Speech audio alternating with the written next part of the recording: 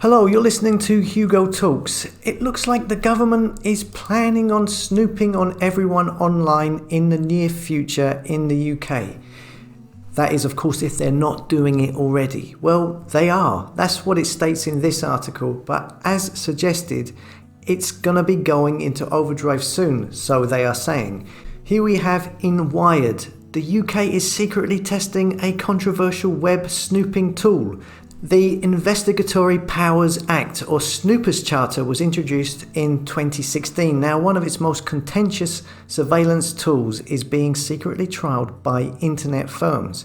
It says here for the last 2 years, police, the National Crime Agency, and internet companies across the UK have been quietly building and testing surveillance technology that could log and store the web browsing of every single person in the UK. The tests, which are being run by two unnamed internet service providers, the Home Office and the National Crime Agency, are being conducted under controversial surveillance laws introduced at the end of 2016. If successful, data collection systems could be rolled out nationally, creating one of the most powerful and controversial surveillance tools used by any democratic nation. Democratic nation? Don't think so.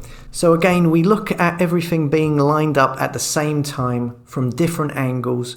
We all know these jib-jab passports is the destination these governments, World Economic Forums and United Nations of the world, they want to go to. That seems to be their goal.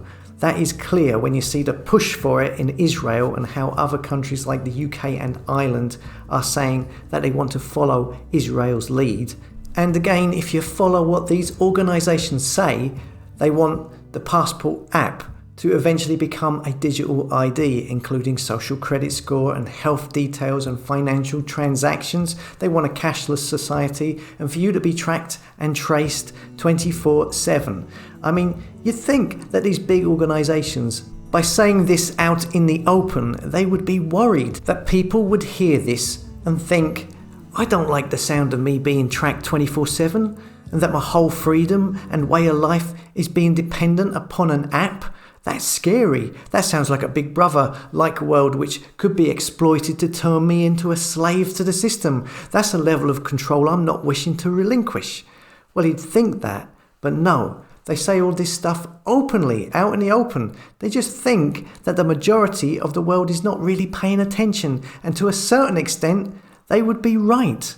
Anyway, back to the article. It says, of the UK's major internet providers, only Vodafone confirmed that it has not been involved in any trials that involve storing people's internet data. Spokespeople for BT, Virgin Media and Sky refused to comment on any measures around the Investigatory Powers Act. Mobile network operator 3 did not respond to a request for comment. Smaller internet service providers say that they have not been included in any trials. So we don't know which internet providers are tracking and collecting your data and sharing it with the government. But if you remember, I did a video a while back about how 3 in Ireland were reporting on people's location, tracking their movements in Ireland and reporting it to the government and the police to see if they travelled out of their designated lockdown area. Here's a clip from that video. Let's get to the story. And here is an example of the Big Brother lockdown surveillance world being crafted around us, and it's from Ireland. 3 Ireland is sharing lockdown movement with the government and police. Aggregated data from 3 mobile customers used to monitor travel restriction compliance, it says here. Mobile phone carrier 3 is providing the aggregated movement data of its 2.4 million Irish customers to the Department of Health and the CSO in order to monitor compliance with lockdown public health and movement restrictions. Updated data issued yesterday showed that 2/3 of people stayed within 10 kilometres of home during the week ending January the 15th, with those in Dublin most likely to remain close to home. So, I don't know, it's always wise to try and keep your data as private as possible, using things like encrypted peer-to-peer pathways, I believe. that keep your ISP location hidden. I'm saying this like I know what I'm talking about, but I'm just reading something out here in front of me. I don't know. It's not something I know much about. But seeing that this is all getting much more intense, it's definitely something I need. And if you also want to keep your personal web browsing and your personal details and your data private, it's definitely something to swat up on. Or alternatively, you could move to a smaller provider. So I'm curious, what can you do to stop people from snooping and collecting your internet data? Let us know in the comments if you are up to speed on this type of thing, as I would like to know any recommendations that you may have. Also, we must realize that what we see in the media, especially whatever comes from mainstream, which this article does come from. It comes from Wired, who recently had Bill Gates on the cover, calling him the savior of the world. They are owned by the same global media company that owns Vogue, GQ, and Vanity Fair, and more. So you've got to learn to not trust everything that you read. Maybe this article is to scare people out of going and researching stuff on the internet, make them more wary to click on certain websites. You never know. There are a lot of tricksters out there at the moment, a lot of shills, a lot of pretenders, which this whole situation at the moment has really highlighted. That is the one thing that has truly been illuminated by this whole situation, the fake celebrities, the fake public figures, the lies, the falseness. If you're really looking, it starts to really stand out, and you start to look at these well-known people that you may have at one point in your life admired, and you now realize that all along they were just a paid-for puppet with no integrity whatsoever. So many artists that have no alignment with truth, and the control over these people, over these public figures, the power control network of peer pressure, is really something to behold.